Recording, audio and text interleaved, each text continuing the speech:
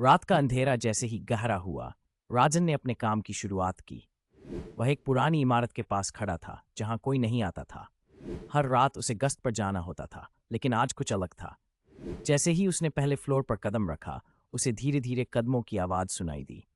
कोई उसके पीछे था। उसने पलटा, लेकिन वहां कोई नहीं था। दिल की धड़कन तेज हो गई। उसने सोचा शायद ये उसकी कल्पना है, लेकिन जब वह आगे बढ़ा, वही कदमों की गूंज फिर से सुनाई दी। आवाजें अब तेज हो रही थीं, जैसे कोई उसे बुला रहा हो। राजन ने खुद को संयमित रखने की कोशिश की। फिर अचानक एक खिड़की जोर से खुल गई। वह स्टार्टल्ड हो गया और तेजी से दौड़ा। जैसे ही वह दूसरे फ्लोर पर पहुंचा, एक अंधेरे कोने से एक छाया बाहर आई।